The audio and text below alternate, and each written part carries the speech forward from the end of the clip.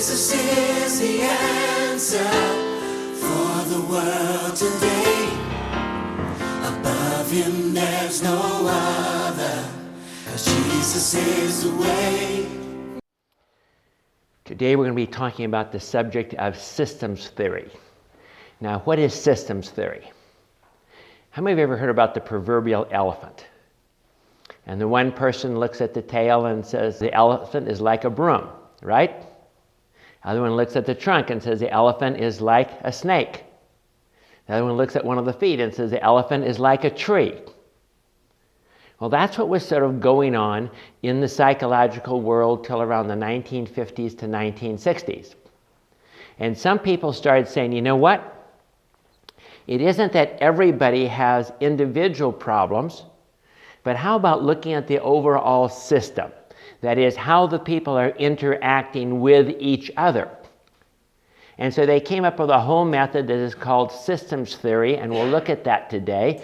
And this is what is taught. If you go to school and you become a licensed marriage and family therapist, say you go to Friends University, primarily they're going to teach you systems theory. Now, what's the problem with this? Well, because they're looking at everything as a system, what are they not looking at? The problems that the individual people have. Where psychology tends to look at the problems that the individual people have. So in the long run, what do you need? Both. But today we're going to emphasize systems theory and teach you a whole lot of new terms that maybe you haven't heard before, and new ways of looking at things when you look at your couples or look at your families, because they are a system. Now, what is a system? A system is a group of individuals that relate in certain configurations and in certain ways. And this all has to do with perceptions, doesn't it? How I perceive things. And everybody in that system has different paradigms, that is, how they look at the world, different lenses or filters based on their experiences, based on their family of origin, transference and countertransference. How many of you have ever heard of that? What that means is that your client relates to you maybe like they relate to their dad. There's certain experiences they have and you sort of feel in on that. And then countertransference means that you relate to your client based on some experiences that you have. Perceptions determine the success or failure because people tend to be like you expect them to be.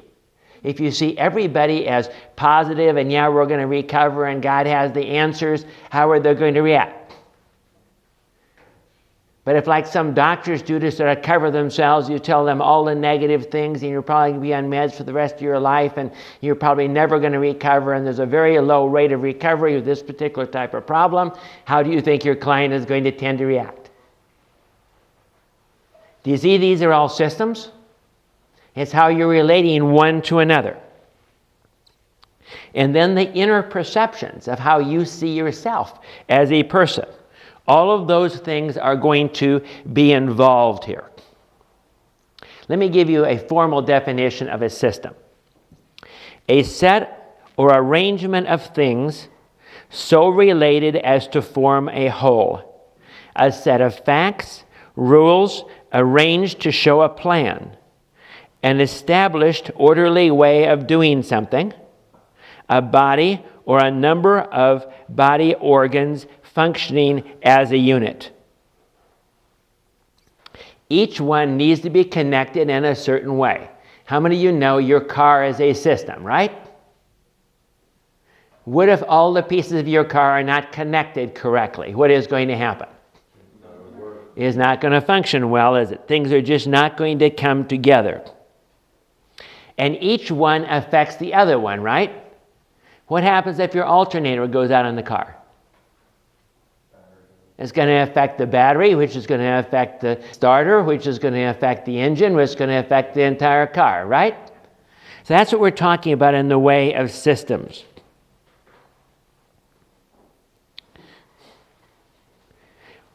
Normally, when we're talking about things, and a person comes in for help, how do we consider it?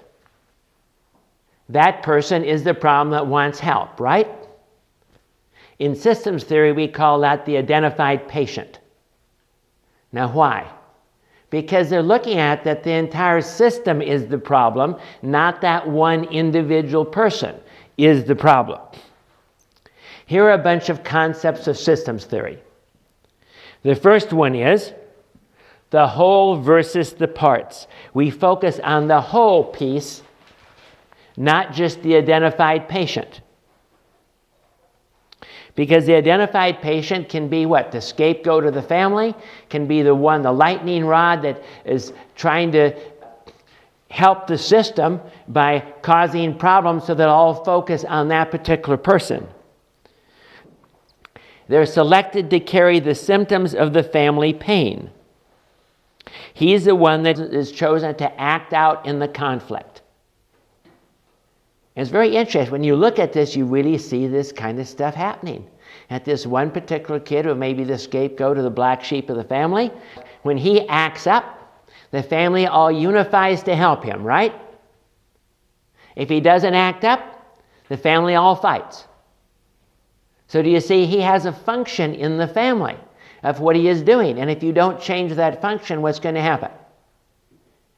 He's not going to change because there are payoffs he's getting for what he's doing. And does the family want him to change? No. So these things sort of get locked in certain ways that are just very interesting. They need the sick person to remain sick. So if you don't deal with these things, are you going to help them?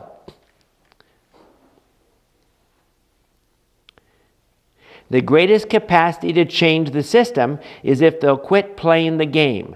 It forces everyone to deal with their problems. So if you can get that identified patient, that sick person, to quit being sick, what's going to happen to the system? It's going to fail. I'll give you sort of a funny story. It really wasn't so funny at the time. But I was dealing with this particular person, and they were struggling with their alcoholism. And of course, the wife was what? A codependent, right? Well, guess what happened after I got the client to quit drinking? The next week, the wife came in absolutely drunk. They had to have somebody in the family that had an addiction, that had a problem, and all they did is switch roles on me. Because that's the only way they knew how to relate. That is how their system was configured. In fact, when you're dealing with that kind of a system, do you see, it keeps it balanced, doesn't it? Because when he's drunk, she's in charge. When he's not drunk, he's in charge. And so we have a teeter-totter. It just keeps balancing back and forth and balancing back and forth. Now, that's not exactly what we're looking for, but that's why it forms something that stays consistent and keeps happening over and over again. The term homeostasis, it means equilibrium, or it means the same place. The nature of a system to go back to the way it was. So what's that going to do to us in counseling? Yeah, you're going to get some changes. It's sort of like this. Here is your system. Well, we get this one little break. Is that going to change the system? No, you almost have to destabilize the entire system to be able to then make it get back together in a different fashion. Because if you just move one piece, the system's going to keep bringing it back and keep making it act like it acted before. And if you get help, the tendency is going to be, if you set boundaries and so on, eventually the boundaries are all going to drop out and the system's going to put itself back to the way the thing was before you started. So you're working against that. Another big term is differentiation. Autonomous yet attached. The process of individualization. And this is what we're really dealing with when we're dealing with codependency, aren't we? We're dealing with how much is this person a whole person versus locked in and having an identity with somebody else. You know, the dash circle, looking for another dash circle to make them whole. And so healthiness has to do with being a separate individual, but not too separate. Remember codependency, excessive independence, that's too separate. Or dependent, that's too enmeshed, is another term that's used for this. And we're looking for a differentiation, that you are a whole person just like you are. And remember, when we talk about these different things, we're all talking about the same elephant, aren't we? It's just that everybody has different terms. So we tend to use codependency around here. They're going to use enmeshment and differentiation to talk about those kind of issues. But they're all still the same kind of issues. Dependency says, I cannot function without you. It's like a serial circuit of lights. Ever mess around with lights around one wire around Christmas, and if one light bulb goes out, the whole thing goes out, right? Independence says, I don't need you. It's like one light, right? Interdependence, what we're looking for here, I can enjoy being with you. I can function regardless of how you may feel that day. It's a parallel circuit of lights. So to see the picture of how the systems and how the systems are different as to what we're looking for here. Another term is extended family field. That is talking about all of the relatives outside of the core family. Emotional triangles. This is another one of those things that you're going to see. The standard emotional triangle is probably the couple and the mother-in-law. That would be a triangle. Now, why in the world do systems tend to go to triangles? What does the triangle do? Well, one, it tries to give one of those people more power so they can overcome the other person, right? But it has another effect. It makes it so that you can't fix the system. As long as you have a triangle, you can't get these two people to agree because this other person is involved. And it just keeps going around and around and around. It's usually when relationships are stuck in a system that look for triangles. There's somebody else that's being brought in. What do you want to do? Get the two people to deal with their own issues, right? So why would I bring a triangle in? Maybe I don't want to deal with my issues. So we can blame it all on the other person. Or I can bring the other person in every time, and so things can't really get resolved. Another thing about triangles. Never fight against the third part of the triangle. If you do, what's going to happen? The triangle is going to get tighter. Because that person, you're blaming that person? Well, let me tell you what. And the thing gets tighter. The third part will express the stress and the dis-ease of the conflict between the two. So if you look at the third person and see what's going on with the third person, it's going to give you an idea what the real issue is between the other two people that brought that person in. So see, there are ways of dealing with this, and they're not the way you would deal with them if you're only thinking that the person has the problem. We have to look at how this has an effect here. The key to success is understanding the process going on and becoming part of the relationship, yet remaining a non-anxious presence. What it's saying is, see, we'll talk about it later, but there are things you can do to sort of join the relationship. If these two people are over here and you join with this one over here, what's going to happen? Now we have 4 people in. So a lot of the kind of stuff we're going to see in this area are going to be those kind of issues.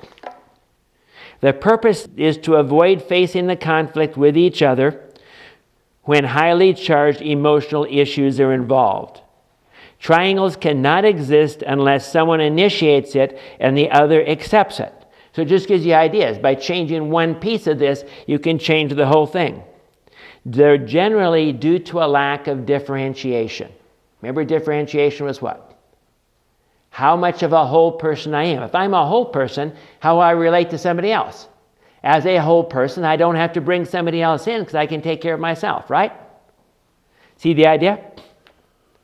The next term is feedback loops. Now, what is a feedback loop? It's like you have, say, in your radio. Ever hear a radio just squealing when somebody is on the air or something? Guess what's happening? The microphone is sitting there. You speak in the microphone. It's going to the speaker, but the speaker is then feeding back into the microphone, and it goes around and around and around. That's what causes a squeal. But in the same way, in systems, you go around and around and around, and you get information back. If I do something, say with this class, I get feedback from the class. Hopefully I learn from that.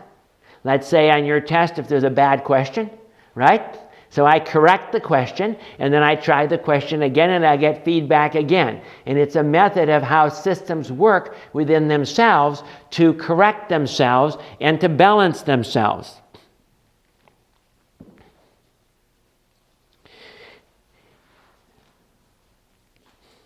Reframing. Reframing is simply just seeing it differently. A standard reframe in systems theory is that the kid comes in and he's acting out and he's flunking out of school and he's having fights and getting kicked out of school every week and so on and so forth. And you say, isn't this wonderful? Do you see how your kid is sacrificing himself and his grades in school and all of his fun to just help out this family so you guys don't have to deal with your issues? What a martyr. Do you see how I just changed the entire picture of what is going on? And now they're going to have to deal with the real issues in the family, maybe the fighting between mom and dad and other things. But I reframed how you're looking at the picture. You take a beautiful picture and you put an ugly black frame on it. What does it look like? Or you take a picture and you put a beautiful frame on it. What does it look like? That's the idea. You can change the whole picture of things by simply changing how you look at that particular situation. How many of you heard of birth order? Does birth order have an effect? Remember our form we looked at earlier? What was one of the things we asked? For one of the first things we asked. Which kid were you in the family? Now, why is that important? Let's look at that just for a second. We're not going to emphasize that too much, but in systems theory, because again, what are we saying? The family is a system. Why is it that one kid is the hero, another kid is the scapegoat, another kid is a lost child, and so on? Because it's how they're relating within this family system, right?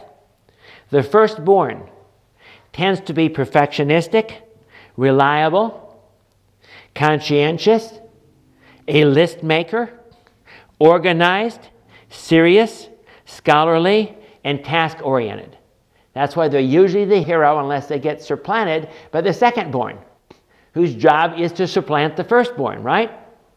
The firstborn is sort of the one that's learning about life, a pathfinder for the family. Middleborn, the mediator, avoider of conflict, independent, loyal to peers, friends, the maverick.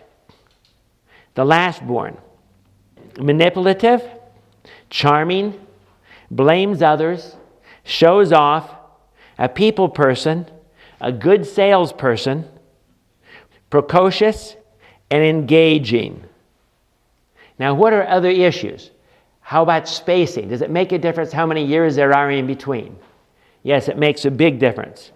Different genders of the children, physical differences, position of their parents in the family of origin, blended families, relationship between parents. They fulfill certain needs also. I'm saying this information, if you know this, it'll help you to sort of sort things out. The firstborn usually fulfills the family's performance expectations. So if the firstborn is really driven, what do you know about the family?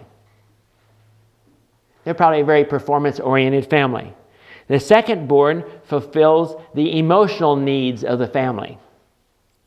The third child is the best symbol of what is going on in the family. Friends, trouble, making decisions. Fourth-born, if there is one, unifies the needs of the family, catches unresolved family tension, the clown, and later on, probably the counselor.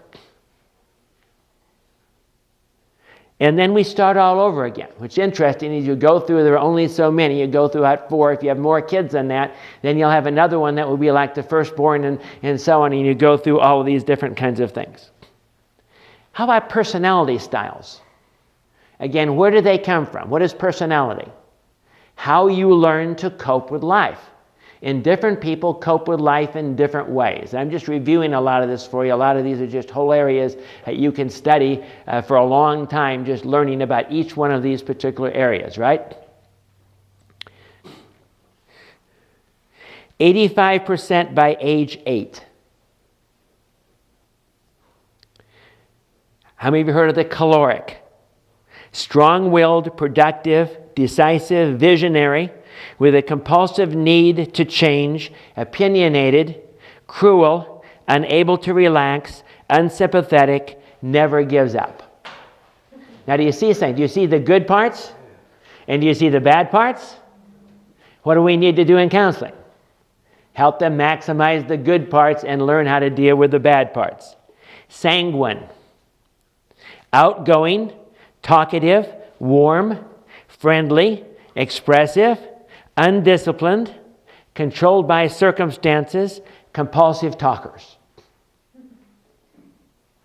Phlegmatic, likable, dependable, status quo, conservative, sympathetic, unmotivated, stubborn, stingy, unenthusiastic, and indecisive.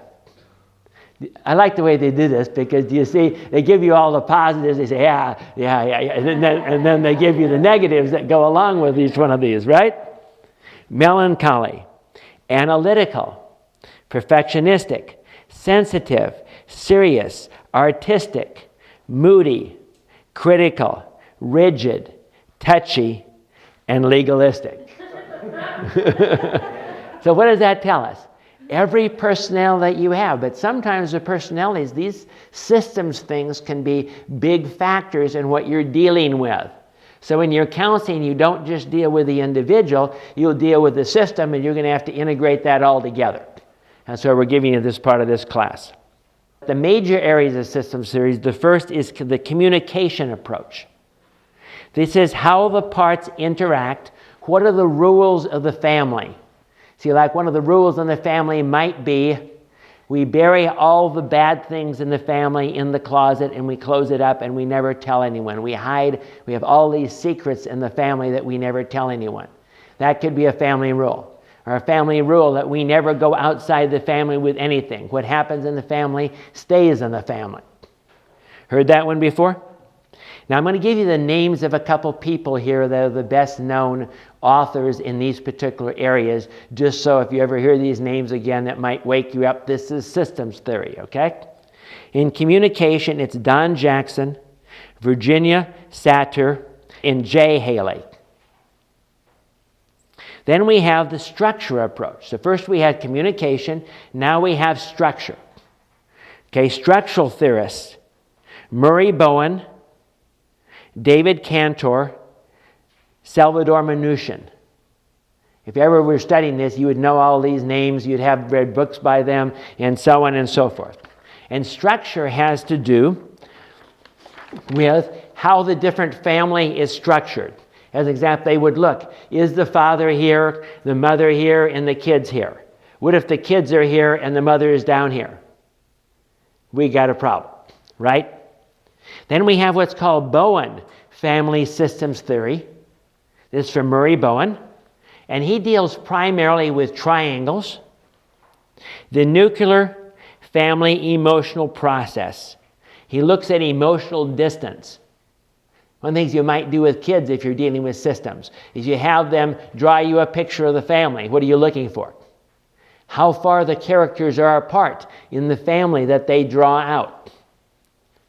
Marital conflict, dysfunction of a spouse, impairment of children.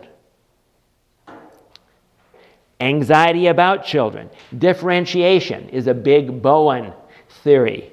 Differentiation of the self. Multi-generational transmission process.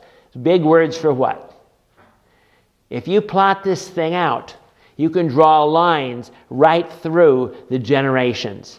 The same problem was in this generation, that went to that generation, went to that generation, that went to that generation. Emotional cutoff. They just don't connect. You got people in the system, and they simply are cut off. They have all these defenses, so they never allow themselves to get close. Sibling position. We talked about that already. The emotional forces of society. What are the things about how you look at society that affect the overall system? Then within structural family therapy, that's Salvador Minuchin, family related according to certain non-explicitly stated arrangements or structure. And he operates differently. See, all these people came up with these different theories and different ways of dealing with the family. He uses joining. What does that mean? It means that in the session, he's got this family, and he might see that this kid over here, everyone's jumping on him. He'll join and ally himself with this particular part of the system to balance the system. He'll start defending the kid against the parents if he sees the kids being pushed out of the way. Resistance. He's looking, what is it in the family as he is counseling, that who is resisting what's going on here? Because if it is, that means something about the system, right? He doesn't want it to change. He must be getting something out of it. Relabeling. He'll look at different things and say, no, it's not the way you see it. The way it is really over here. Enactment. He'll take situations where, what happened to you last week? What kind of a fight did you have? Well, let's talk about that. And they'll go through it, and they'll show you, now this is what's going on. Now let's do that over. Let's figure out how to handle that correctly. Unbalancing. If the system is balanced, that's this thing. The system's like this. That's totally unbalanced, the whole thing. Turn it on its ear and start over and put it together in a different way. Boundaries. How many of we've talked about boundaries? Okay, well, that's where boundaries comes into the whole idea of systems theory and structural family therapy. And paradoxical intention. Have you ever heard of that? Paradoxical intention means you do the opposite of what you really want the thing to come out. If you have people trying to control other people, what usually happens if you tell them to do something? They do the opposite, right? I gave you an example of paradoxical intention, where we actually used it effectively one time. There was a family, and this daughter was I think sophomore maybe in high school, dating this senior. And the parents were really afraid she was going to end up pregnant. Because they were saying, oh, we're going to get married and so on. And the more they resisted and the more they tried to keep these kids apart, what do you think happened? They got closer and closer, and the more the parents resisted, the more the kids resisted them, to the point they caught the girl climbing out of her window at 3 a.m. to meet with a guy. Do you think that's going to be good? Well, they realized there was nothing they could really do about this. So they said, what can we do? They said, well, I warn you. Paradoxical intention can go wrong sometimes, but if you handle it right, it can also work out for you. So the parents went to the kids and said, you know, we decided that there's nothing we can do about this. You guys have decided to get married, and there's nothing we can do to stop you. You're just going to continue resisting us. So I guess we ought to help you. You'll get married this Sunday. I will go and take the mom would take the daughter out and pick out the wedding dress and get everything set up. And the dad would take the kid out to look at a car and look at an apartment and get all of those things going. Now the catch is, of course, you have to do this really fast, don't you? And as soon as you get off school, we'll meet you with a car, and we're going to be checking out all this stuff, and we're going to do this, and we're going to do this, and we're going to... Pretty soon, what do you think the kids are saying? Stop! What are you doing? We don't want to get married. This is ridiculous. We're young. We don't have enough money to get an apartment and get a car and pay for a wedding dress and all this other kind of stuff, and to set it up in 3 days? This is ridiculous. See how it worked? Big warning, you never use these with people that are mentally ill because they might go along with you. And never do it if they actually follow and go with you and perceive you're helping them, that you don't feel too bad about it, right? So you've got to watch out what the consequences might be. Anyway, that's what's called paradoxical intention. And we have another category called strategic family therapy. And that has to do with the balancing of power. It's like strategic armies and nations and so on, where you're looking at who has the power in the family and how is it being used and how are people reacting to that. And so you're balancing the family so that you get this into a system that functions effectively. Generally, though, all systems theory is a combination, a synthesis of the communication and the structural and the strategic. You put those all together and blend them all together. Now understand that there are other areas. Those are the main areas, but there's always new ideas coming up dealing with systems and so on that are added into this whole thing that we call systems theory. But let's look at something here before we quit. Let's look at healthy versus unhealthy families. Because systems theory is primarily being applied to what? Families, right? And what we're talking about here. In the marital relationship, if the marriage is healthy, the family will be healthy. So what does that tell you? If you're struggling with stuff, if you can focus on the marriage itself and heal that, eventually the relationships with the kids and the other things going on are going to get healed, right? So you focus for that core family. Power displacement. Those making the decisions hold the power. That's what you can tell. Another rule is the one that needs the relationship the least has the most power. The more desperate you are to need the relationship, the less you're going to be willing to do something about it, and you're going to lose power. Family cohesiveness and flexibility. Must be close but not stuck together, not enmeshed or disengaged. How many remember Prepare and Enrich? We just mentioned that a little bit. Remember they had a diagram, which was exactly this diagram. Cohesion versus flexibility. And I said that is also a measure of codependency. Communication. Healthy families have communication that is direct and clear. Unhealthy families play all sorts of games, don't they? Problem solving. How the family deals with stress shows its strength and its weaknesses. Unhealthy families are rigid and chaotic. In healthy families, feelings are okay and can be expressed. In unhealthy families, they freeze and stuff feelings. Dealing with change or loss. Healthy families are flexible, they flex, and they survive. Unhealthy families are rigid and they break up. Family values. They share a common set of beliefs and a worldview. Adjustments in value system are discussed openly.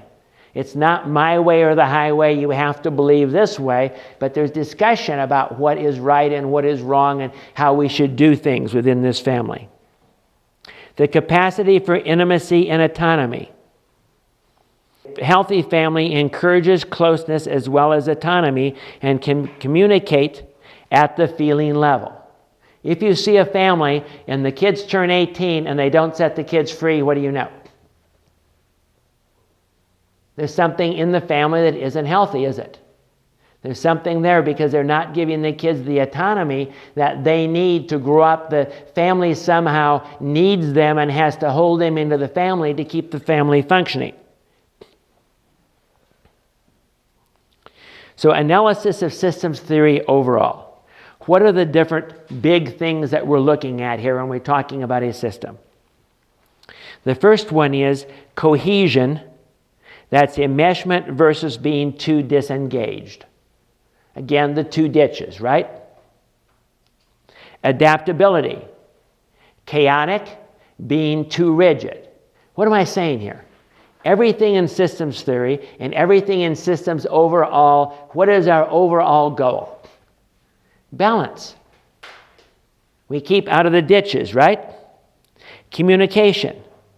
Clarity of expression plus clarity of perception. That the person who communicates, what they send is what's received by the other person.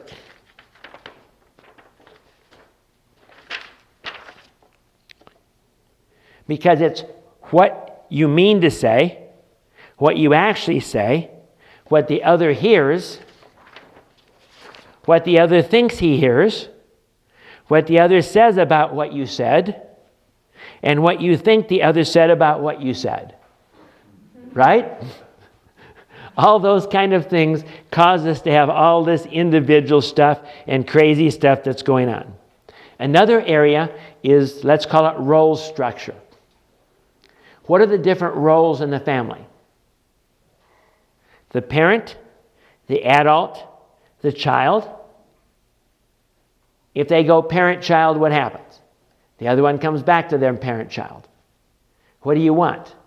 If they're not a parent and a child, you want them to go adult-adult, don't you? We've already talked about, to a certain degree, the different roles in the family. The hero, the scapegoat, the princess, the lost child, the good girl, the clown, the rescuer, the peacemaker.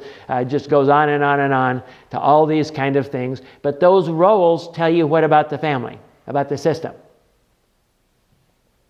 How the system is actually functioning. And the more rigid those roles are, says the more rigid the family is, doesn't it?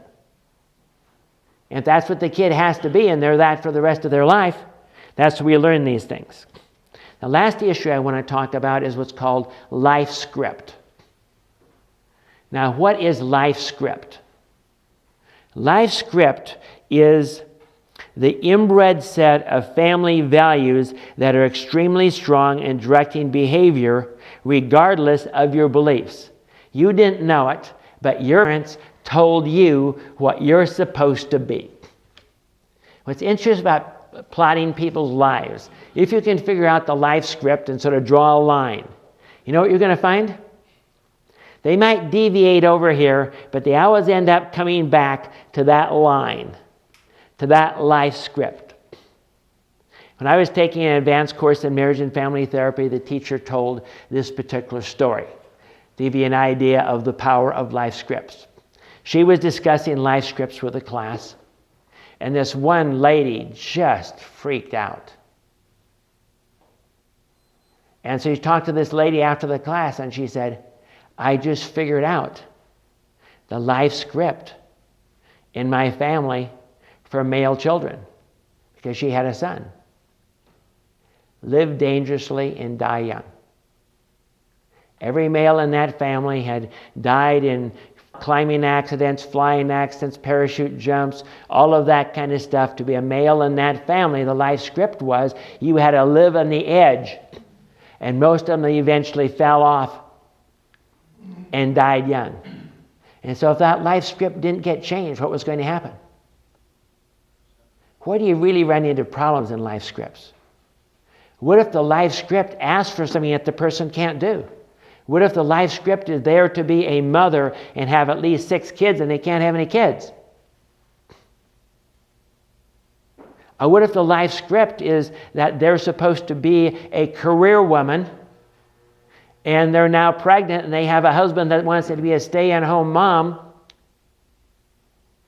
Are they going to be happy staying at home? Not unless you deal with the life script and change the life script. So you have to realize sometimes you're really working against things, and you have to find out, what is it that you're supposed to be doing here in life?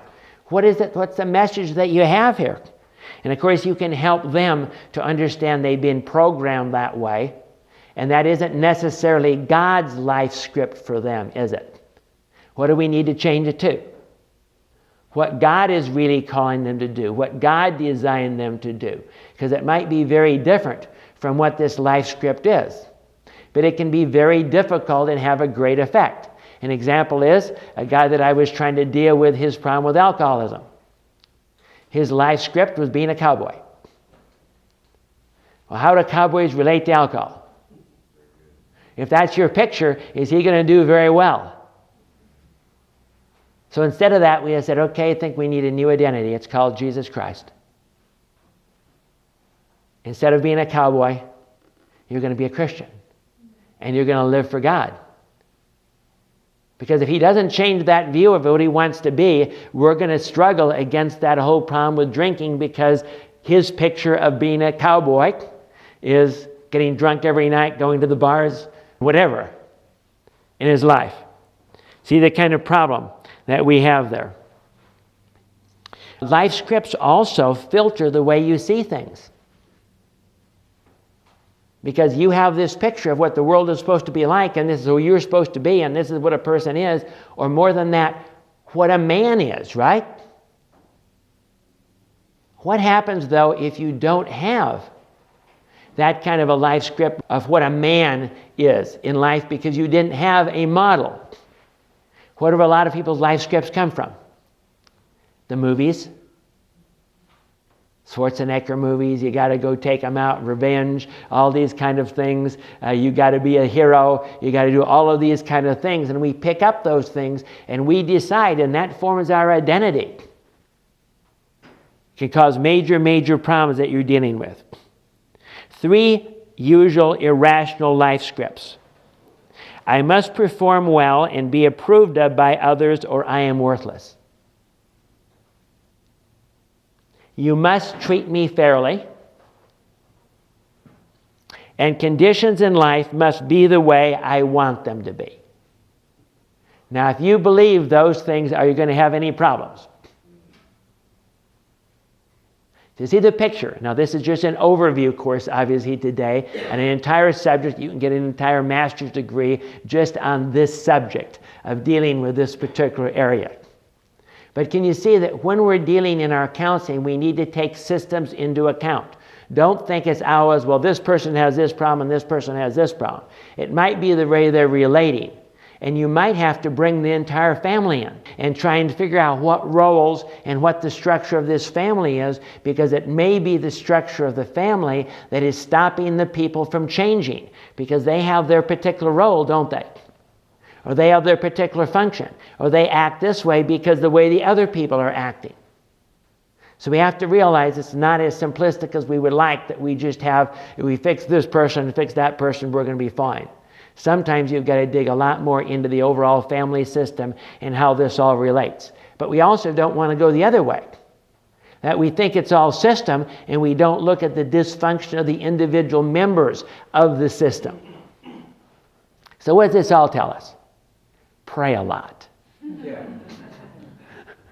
It tells us that we don't have all the answers and we need God to bring to remembrance all of these kind of things we're learning in this class and all the other kind of things that are going on, so that we're doing the right things and looking at the right direction at the different systems and the different people and different individuals that we're dealing with in doing marriage and family counseling. Let's pray.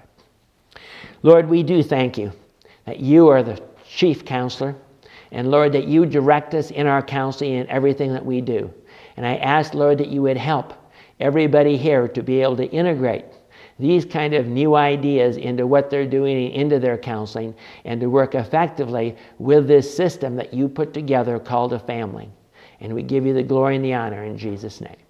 Amen. Jesus is the answer for the world today. Above him there's no other, 'cause Jesus is the way.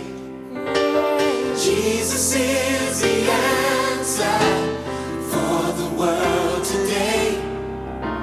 Above him there's no